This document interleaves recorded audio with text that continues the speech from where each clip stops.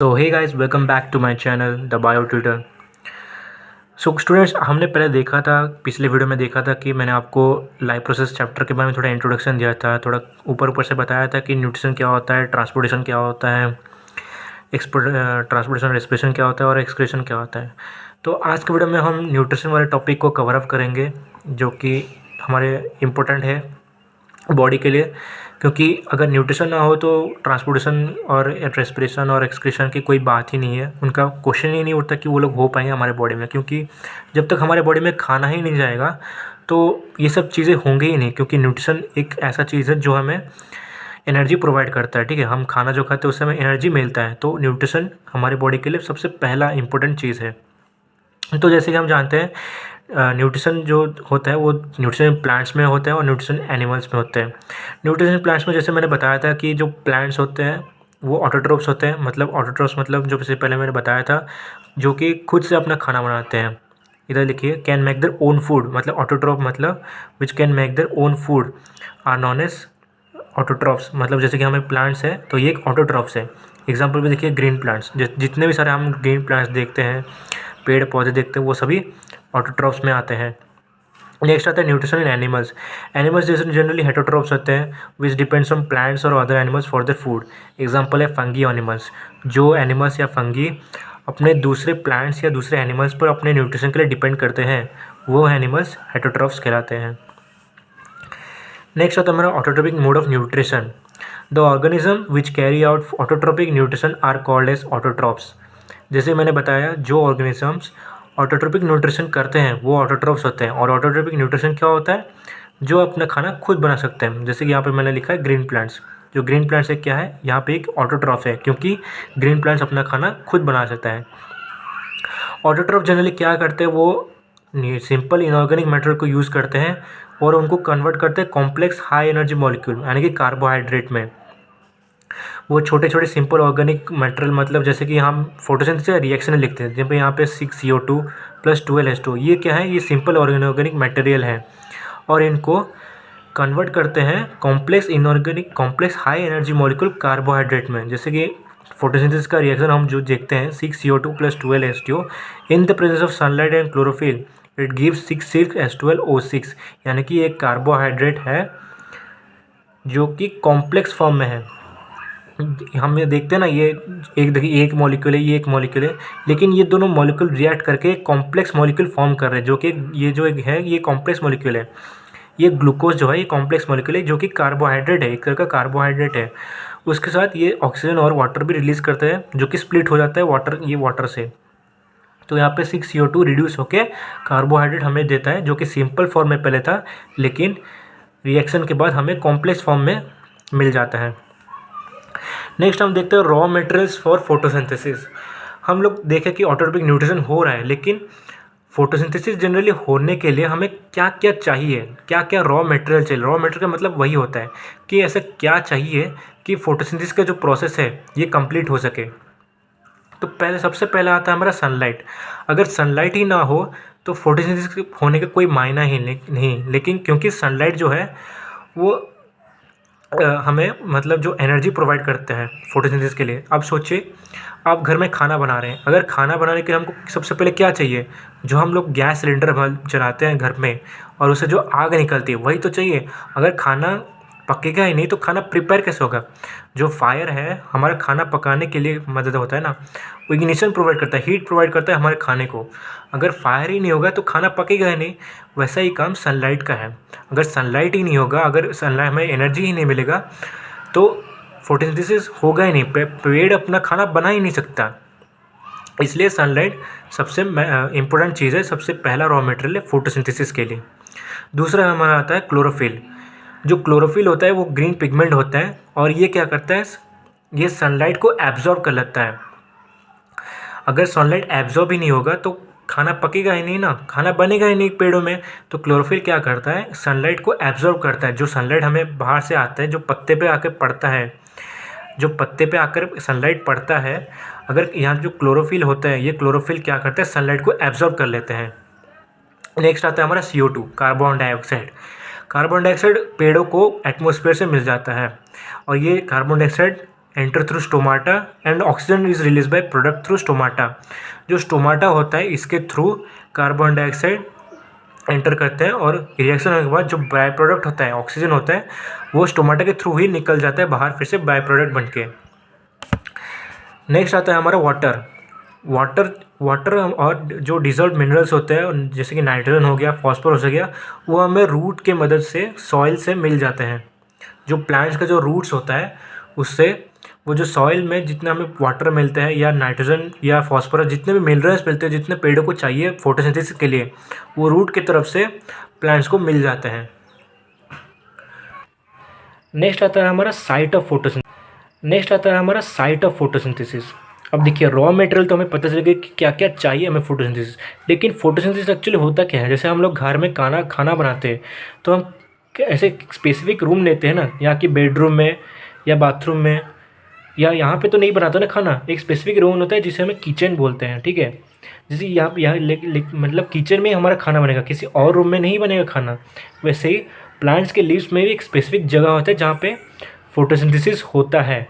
किसी ऐरा गैरा जगह पे नहीं होगा फोटोसिंथेसिस, एक स्पेसिफिक स्पेस होगा, उसी में एक स्पेसिफिक साइट होगा जहाँ पे फोटोसिंथेसिस होता है और वो साइट है chloroplast. Chloroplast in the leaf is the site of photosynthesis. मतलब लीफ में एक छोटा सा पिगमेंट जैसा क्लोरोप्लास्ट प्रेजेंट होता है जहाँ पे फोटोसिंथेसिस वर्क करेंगे। और क्लोरोप्लास्ट जो होता है वो उसी के अंदर हमारा क्लोरोफिल होता है जो कि ग्रीन पिगमेंट है। जैसे मैंने रॉ मटेरियल में बताया जो क्लोरोफिल काम करता है वो सनलाइट को एब्जॉर्ब करने में हेल्प करता है, ठीक है।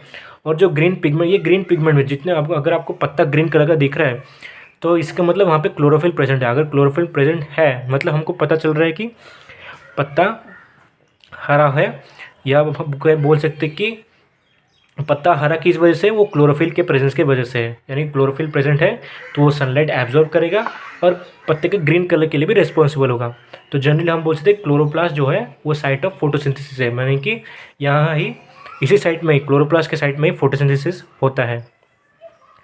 नेक्स्ट हम देखते हैं मेन इवेंट्स ऑफ फोटोसिंथेसिस। हमने रॉ मटेरियल देख लिया, साइट देख लिया, लेकिन फोटोसिंथेसिस होने के लिए क्या क्या चाहिए। जैसे कि हम लोग फॉर एग्जांपल चिकन बना रहे हैं, ठीक है, चिकन करी बना रहे हैं। हमने पहले देख लिया चिकन बनाने के लिए क्या क्या सामान चाहिए, फिर चिकन बनाने के लिए एक जगह ढूंढ लिया, ठीक है, एक जगह ढूंढ लिया, ठीक है, सामान देख लिया, जगह ढूंढ लिया। अब हमें प्रोसेस भी तो पता होना चाहिए कि चिकन करी बनाने के लिए हमें चाहिए क्या।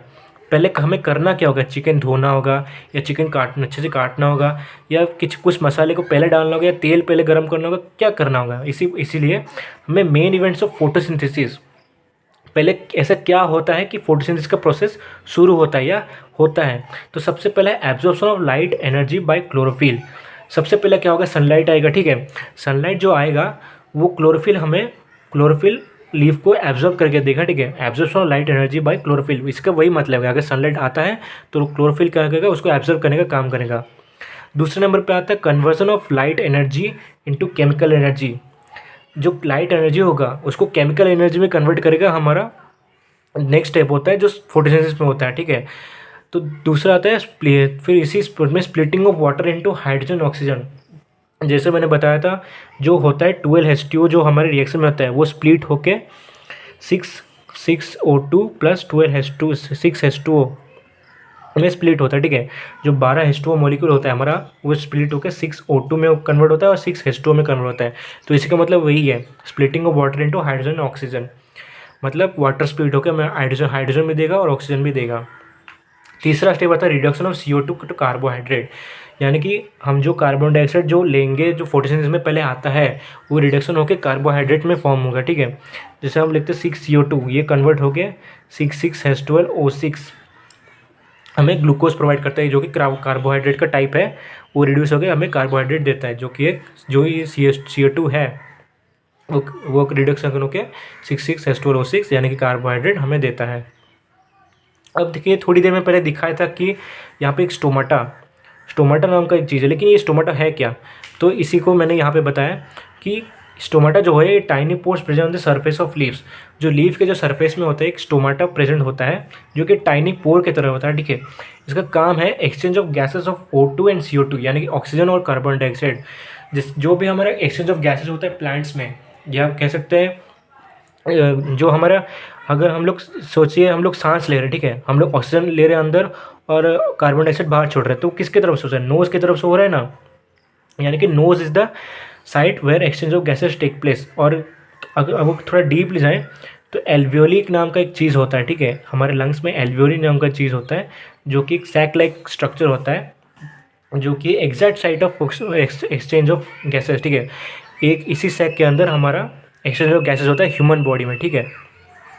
इतना डीपली मैं भी नहीं जा रहा क्योंकि मैं स्टोमाटा में फोकस कर रहा हूँ। जब रेस्पिरेशन चैप्टर का मैं आपको बताऊंगा कि एल्वियोली क्या होता है, ठीक है। वैसे ही स्टोमाटा जो होता है वो प्लांट्स के अंदर के एल्वियोली होता है, ठीक है, वो एक्जैक्ट एल्वियोली नहीं है, लेकिन वो प्लांट्स के अंदर के एल्वियोली होता है, जो कि एक्सचेंज ऑफ O2 और CO2 में हेल्प करता है, ठीक है। उसी की तरफ से ही वो एक साइट है जहाँ पे ऑक्सीजन और कार्बन डाइऑक्साइड अपने आप में एक्सचेंज होते रहते हैं। दूसरा फंक्शन है loses large amount of water during transpiration.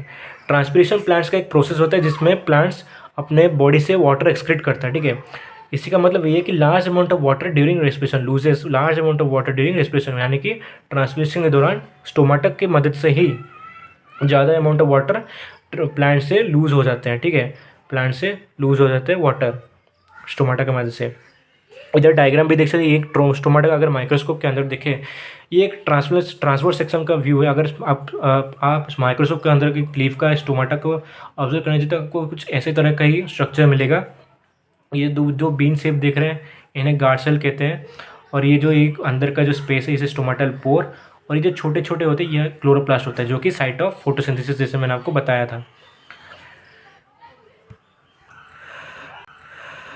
Next आता है हमारा हेट्रोटॉपिक मोड ऑफ न्यूट्रिशन। हेट्रोटॉपिक न्यूट्रिशन में आपको बताया था जो ऑर्गेनिज्म या जो एनिमल्स दूसरे ऑर्गेनिज्म या प्लांट्स पे डिपेंड करते हैं अपने न्यूट्रिशन के लिए, वो आते हैं हेट्रोटॉपिक मोड ऑफ न्यूट्रिशन के under.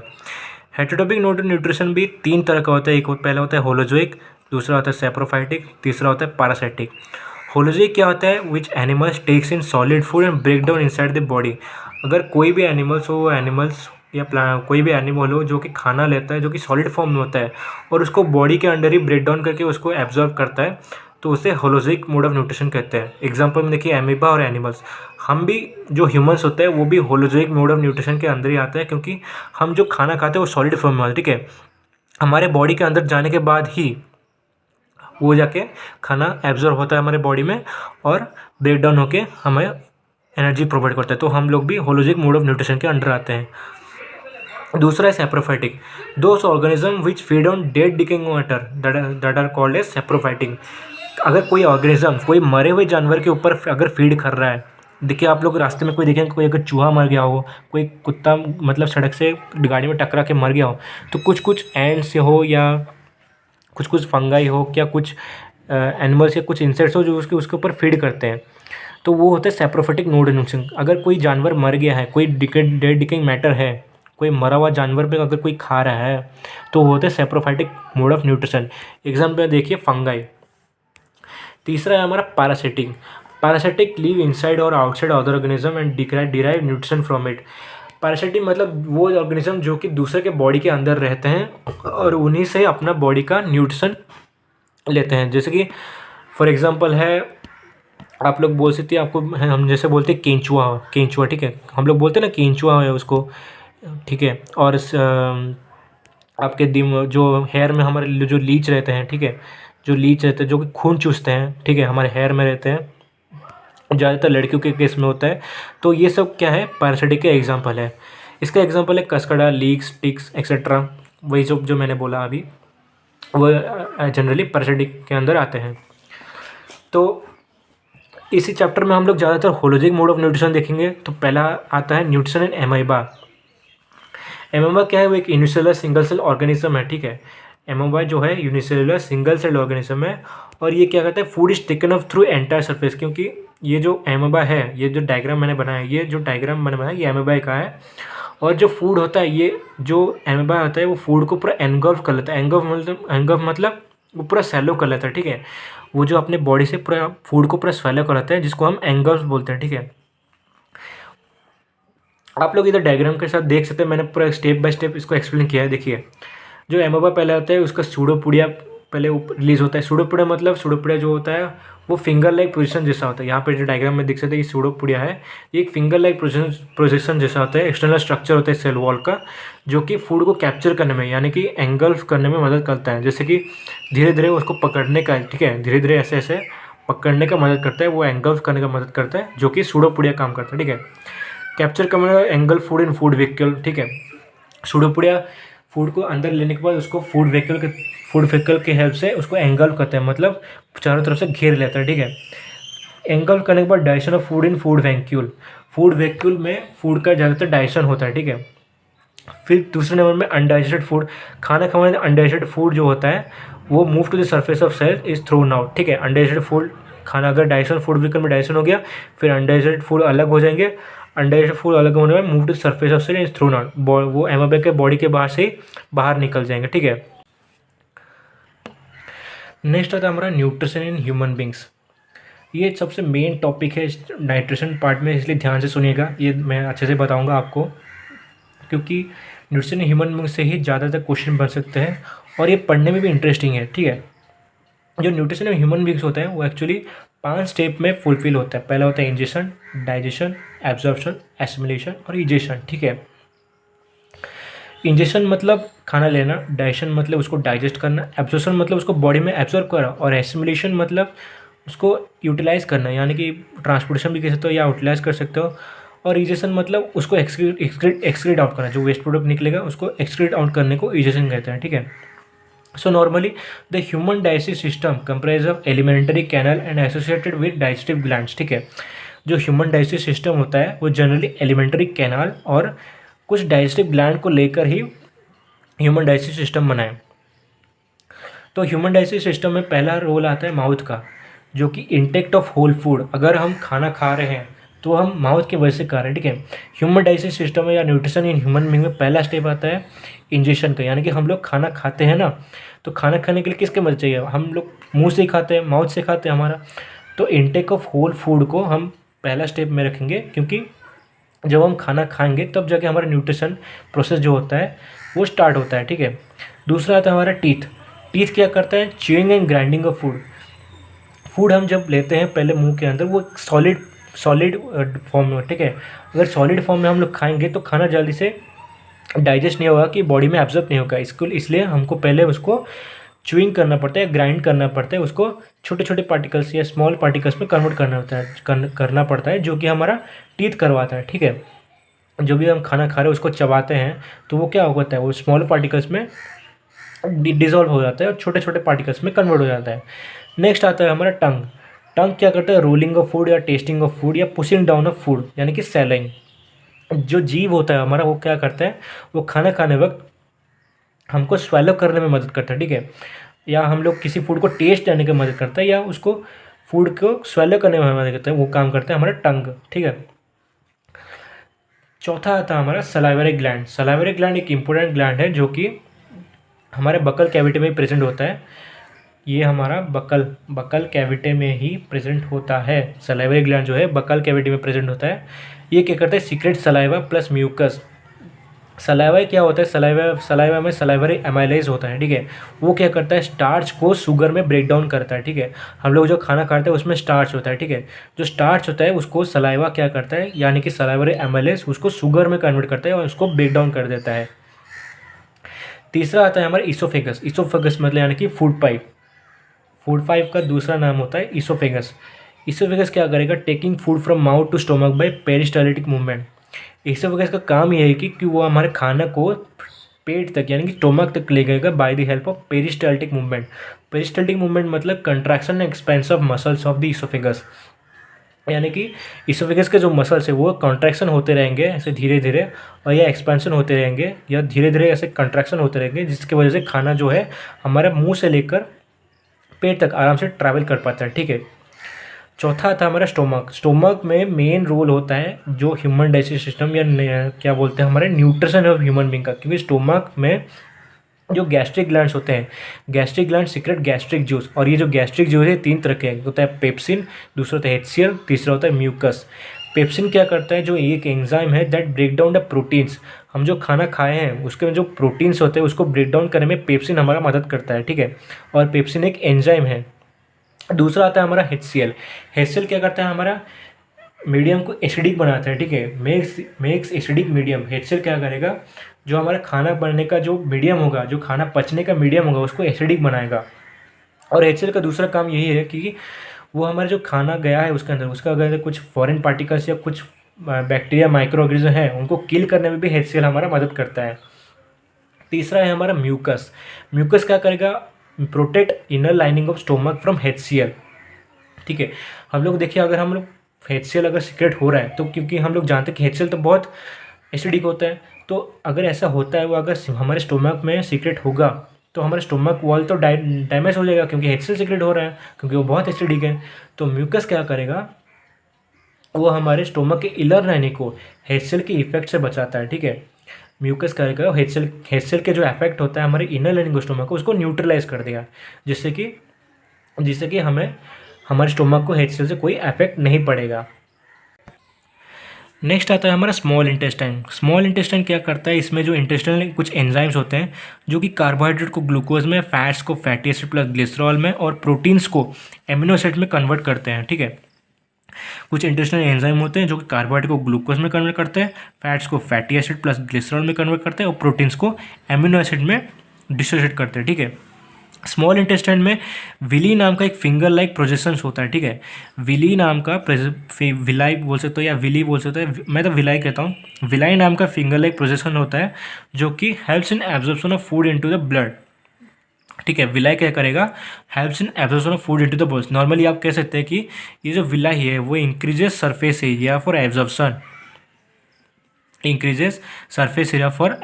Of food into the blood, ठीक है। और ये जो स्मॉल इंटेस्टाइन होता है वो कुछ रिसीव सिक्रेशन फॉर्म, वो जो लीवर या आप पैनक्रियास कह सकते हैं, इनके कुछ सिक्रेशन मिलता है जो कि स्मॉल इंटेस्टाइन रिसीव करता है, ठीक है। लीवर क्या करता है, बाइल जूस प्रोड्यूस करता है, और जो बाइल जूस है वो लार्ज फैट ग्लोब्यूल्स को स्मॉल फैट ग्लोब्यूल्स में कन्वर्ट करते हैं by the process of emulsification. मैं फिर से बोलता हूँ, लीवर जो होता है वो बाइल जूस सीक्रेट करता है, जो बाइल जूस होता है वो लार्ज फैट ग्लोब्यूल्स को इमल्सिफिकेशन प्रोसेस के मदद से स्मॉल फैट ग्लोब्यूल्स में डिसोसिएट कर देता है। इमल्सिफिकेशन का प्रोसेस का मतलब it is a process of break down of large fat globules into a small fat globules by bile juice. वो प्रोसेस जिससे break down of large fat globules to small fat globules होता है, किसके मदद से, bile juice की मदद से। यानी कि बाइल जूस जो है वो फैट ग्लोब्यूल्स को, लार्ज फैट ग्लोब्यूल्स को स्मॉल फैट ग्लोब्यूल्स में कन्वर्ट कर देता है या ब्रेक डाउन कर देता है। उसी प्रोसेस को इमल्सिफिकेशन कहते हैं। नेक्स्ट आता है हमारा पैनक्रियास, ठीक है। पैनक्रियास क्या करेगा, पैनक्रेटिक जूस सीक्रेट करता है, और ठीक है। और पैनक्रेटिक जूस दो तरह के होते हैं, ट्रिप्सिन और लाइपेज। जो ट्रिप्सिन है वो क्या करेगा, प्रोटीन्स को पेप्टोन्स में कन्वर्ट करेगा, ठीक है। प्रोटीन्स को पेप्टोन्स में ट्रिप्सिन कन्वर्ट करेगा, और फैट्स को ग्लिसरॉल में लाइपेज जो है, लाइपेज जूस एंजाइम है वो कन्वर्ट करेगा फैट्स को ग्लिसरॉल में। नेक्स्ट आता है हमारा लार्ज इंटेस्टाइन। लार्ज इंटेस्टाइन क्या होता है, एब्जॉर्ब एक्सेस ऑफ वाटर, ठीक है। हमारे बॉडी में या खाने में जो खाना खाए हम लोग, अगर कुछ ज़्यादा एक्सेस वाटर है उसमें तो लार्ज इंटेस्टाइन क्या करेगा, उसको एब्जॉर्ब कर लेगा। नेक्स्ट पॉइंट है the rest of material is remove from the body by the anus. जो नेक्स्ट हमारा जो वाटर एब्जॉर्ब होने के बाद जो रेस्ट ऑफ द मटेरियल है, जो वेस्ट प्रोडक्ट्स है, खाना एब्जॉर्ब हो गया, ठीक है, पानी भी एब्जॉर्ब हो गया, खाना भी एब्जॉर्ब हो गया, लेकिन जो वेस्ट प्रोडक्ट बचा वो क्या होगा, rest of the material remove from the body by the anus. Anus मतलब हमारा जो यूरेथ्रा हो गया या हमारा जो एक्सक्रीट हो गया, ठीक है, उसके मदद से, एनस की मदद से वो एक्सक्रीट हो जाएगा। जो अनडाइजेस्टेड फूड होगा, ठीक है, अनडाइजेस्टेड जो फूड होगा या वेस्ट प्रोडक्ट्स होगा वो एनस की मदद से एक्सक्रीट आउट हो जाएगा हमारे बॉडी से। इसको समराइज़ करने के लिए मैंने सो गाइस यहाँ पे मैंने एक ह्यूमन डाइजेस्टिव सिस्टम बनाया है, ठीक है। ह्यूमन डाइजेस्टिव सिस्टम के डायग्राम के थ्रू मैं आपको एक बार समराइज़ करके रिकैप करवा देता हूँ, जो कि न्यूट्रिशन ह्यूमन में मैंने अभी थोड़ी देर पहले पढ़ाया, ठीक है। पहला स्टेप आता है हमारा ओरल कैविटी। ओरल कैविटी में क्या होगा, जो हमारे इंटेक का फूड होगा, ठीक है, हम लोग जो नॉर्मल माउथ है उसको ही हम ओरल कैविटी कहेंगे। हम लोग पहले खाना खाएंगे, फिर दूसरे में क्या होगा, इंटेक टीथ होता है, ठीक है। टीथ क्या करेगा, च्यूइंग करने में मदद करेगा, ग्राइंडिंग करने में मदद करेगा। जो कि जो फूड होता है वो सॉलिड पार्टिकल्स में होता है, सॉलिड ग्लोब्यूल्स फॉर्म में होता है, उसको क्या करें हम लास्ट स्मॉल पार्टिकल्स में कन्वर्ट कर देंगे च्यूइंग करके, ठीक है। तीसरा आता है हमारा टंग। टंग क्या करेगा, हमारे खाने को स्वेलो करने में मदद करेगा। तीसरा आता है हमारा सलाइवरी ग्लैंड। सलाइवरी ग्लैंड क्या करेगा, सलाइवरी एमाइलेज सीक्रेट करेगा। जो कि स्टार्च को सलाइवरी एमाइलेज की मदद से शुगर में कन्वर्ट करेगा, यानी कि शुगर में ब्रेक डाउन करवाएगा। ठीक है, स्टार्च को शुगर में ब्रेक डाउन करवाएगा with the help of salivary amylase. Next क्या आएगा, इसोफेगस। इसोफेगस क्या आएगा, फूड को स्टोमक तक लेके आएगा, वो एक रास्ता बनेगा, उसके लिए अपने रूट बनेगा और उसमें क्या होगा, पेरिस्टल्टिक मूवमेंट के मदद से आएगा। पेरिस्टल्टिक मूवमेंट क्या बोला था मैंने, contraction and relaxation of muscles. ठीक है, contraction relaxation of muscles inside the oesophagus. ठीक है, नेक्स्ट आता है हमारा स्टोमक। स्टोमक में क्या होगा, 3 गैस्ट्रिक जूस सीक्रेट होंगे।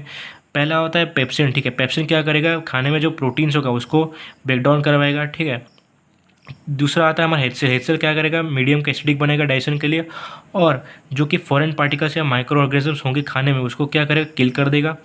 तीसरा आता है हमारा म्यूकस। म्यूकस क्या करेगा, स्टोमक के इनर लाइनिंग को हेडसेल के इफेक्ट से बचाएगा, उसको न्यूट्रलाइज करेगा और उसके इफेक्ट से स्टोमक के इनर लाइनिंग को प्रोटेक्ट करेगा। ठीक है, नेक्स्ट आता है हमारा स्मॉल इंटेस्टाइन। स्मॉल इंटेस्टाइन क्या करेगा, इसमें इंटेस्टाइनल एंजाइम्स होते हैं जो कि कार्बोहाइड्रेट को ग्लूकोज में, फैट्स को फैटी एसिड में और प्रोटीन्स को एमिनो एसिड्स में ब्रेक डाउन करवाते हैं। इसमें विलाई नाम का एक फिंगर लाइक प्रोजेक्शंस प्रेजेंट होते हैं जो कि क्या करते हैं, increases the surface area for the absorption of food into the blood. ठीक है, विलाई क्या करेंगे, एब्जॉर्प्शन का सरफेस एरिया को बढ़ा देंगे। ठीक है, और ये फिंगर लाइक प्रोजेक्शन की तरह होते हैं। ठीक है, स्मॉल इंटेस्टाइन क्या कर देगा, 2 तरह का सिक्रेशन अपने खुद से रिसीव करता है। ठीक है, एक सिक्रेशन लीवर से आता है, दूसरा सिक्रेशन पैंक्रियास से आता है। ठीक है, लीवर क्या करेगा, बाइल जूस सिक्रेट करता है। बाइल जूस क्या करेगा, लार्ज फैट ग्लोब्यूल्स को स्मॉल फैट ग्लोब्यूल्स में कन्वर्ट करेगा with the process of emulsification. ठीक है, इमल्सिफिकेशन मैंने क्या बोला, process, it is a process in which large fat globules is converted into small fat globules with the help of bile juice, उसको क्या बोलते हैं, इमल्सिफिकेशन। नेक्स्ट आता है हमारा पैनक्रियास। पैनक्रियास क्या करेगा, पैनक्रियाटिक जूस सीक्रेट करता है। पैनक्रियाटिक जूस 2 टाइप के होते हैं, पहला होता है ट्रिप्सिन, दूसरा होता है लाइपेस। ट्रिप्सिन क्या करेगा, प्रोटीन्स को पेप्टोन्स में कन्वर्ट करेगा, और लाइपेस क्या करेगा, फैट्स को ग्लिसरॉल में कन्वर्ट करेगा। ठीक है, नेक्स्ट आता है हमारा लार्ज इंटेस्टाइन। लार्ज इंटेस्टाइन क्या करेगा, एक्सेस वाटर को एब्जॉर्ब कर लेगा, और नेक्स्ट जितने भी फूड में जितने भी एक्सेस वाटर है उनको एब्जॉर्ब कर लेगा। नेक्स्ट जो रेस्ट पार्टिकल्स या वेस्ट फूड बचते हैं या अनडाइजेस्टेड फूड बचते हैं या वेस्ट प्रोडक्ट बचते हैं वो क्या करेंगे, एनएस के थ्रू बॉडी से एक्सक्रीट आउट हो जाएंगे। ठीक है, सो स्टूडेंट्स इतना ही था आज के लिए। न्यूट्रिशन टॉपिक मैंने पूरी कवर कर दिया है, और न्यूट्रिशन प्लांट्स में मैंने आपको थोड़ी देर पहले बताया, और न्यूट्रिशन ह्यूमन बींग्स जो अभी मैंने बताया अभी, और ह्यूमन डाइजेस्टिव सिस्टम, आपको ये डायग्राम याद रहना चाहिए। एग्जाम पे बहुत बार पूछे जाते हैं इसका लेबलिंग के साथ डायग्राम, और उसको एक्सप्लेन करने का भी, और स्टेप बाय स्टेप पूछे भी जाते हैं कि पहले क्या होता है, क्या करना पड़ता है, तो आपको पूरा ऐसे याद करना पड़ेगा।